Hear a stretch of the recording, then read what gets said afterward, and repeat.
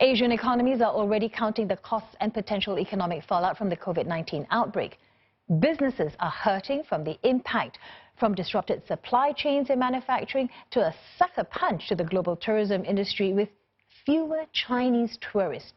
Now, analysts are saying that the outbreak has replaced last year's US-China trade tensions as the biggest threat to economic growth this year. And to understand why, we're joined by Simon Baptist, Global Chief Economist of the Economist Intelligence Unit. Simon, so China's economy, we know, has taken a direct hit with this COVID-19 outbreak, but, it might be too soon to assess the full impact. So is it premature actually now then to, for attempts to forecast the likely economic costs based on President's, as we're looking at this, is the 2003 SARS outbreak and how quickly China will bounce back?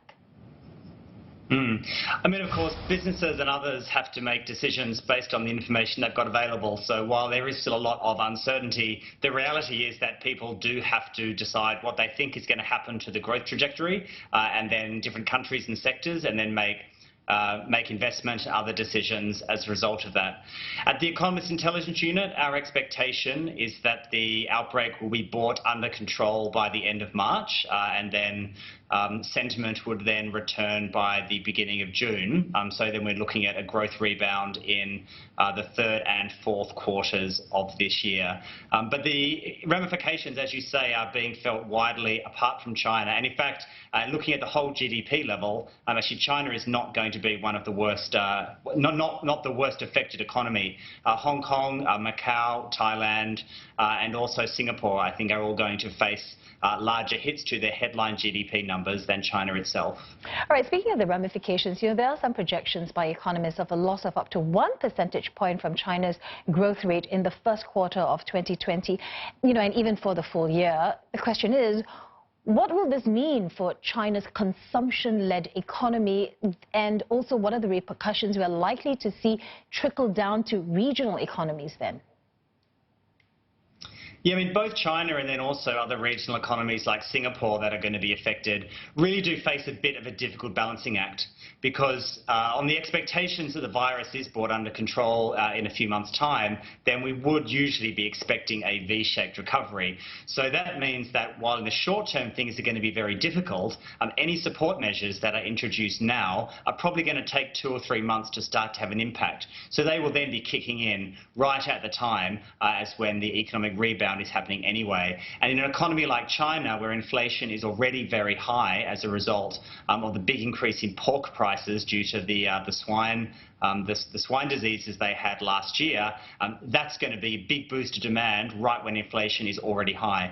So I expect to see the Chinese authorities and likewise those in places like Singapore or Hong Kong really focusing on very short-term stuff such as wage subsidies or deferments in loan repayments for some state-owned enterprises that can be turned on and off very, very quickly. Otherwise, it's quite a difficult act for the central banks, and there's a big chance of a miscalibration. All right, speaking of Singapore then, it has also downgraded its 2020 economic forecast on the back of this COVID-19 outbreak. Multiple sectors have been, in fact, impacted: tourism, aviation, manufacturing among them. Which sectors are most at risk here then? I mean, tourism and hospitality and retail are the other 3 big ones. There's been a lot of cancellations of conferences and events in Singapore over the last few weeks, and many cancellations of events coming up over the next few months. So even if the situation improves quite markedly, we've already got a few months of cancellations baked in. So those sectors certainly going to be hit hard. Those who are reliant upon imports of intermediate components from China, particularly in the electronics, semiconductor and automotive sectors. They're the ones where Wuhan is in particular an important supplier.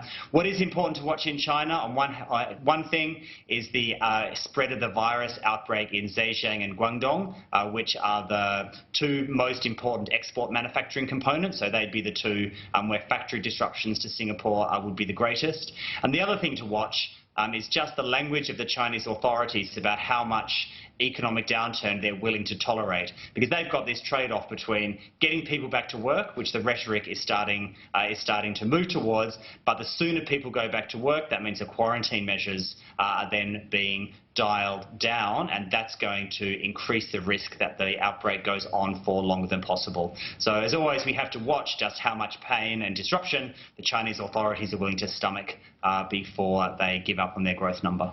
All right, thanks for your analysis, Simon. Speaking to Simon Baptist, Global Chief Economist of the Economist Intelligence Unit.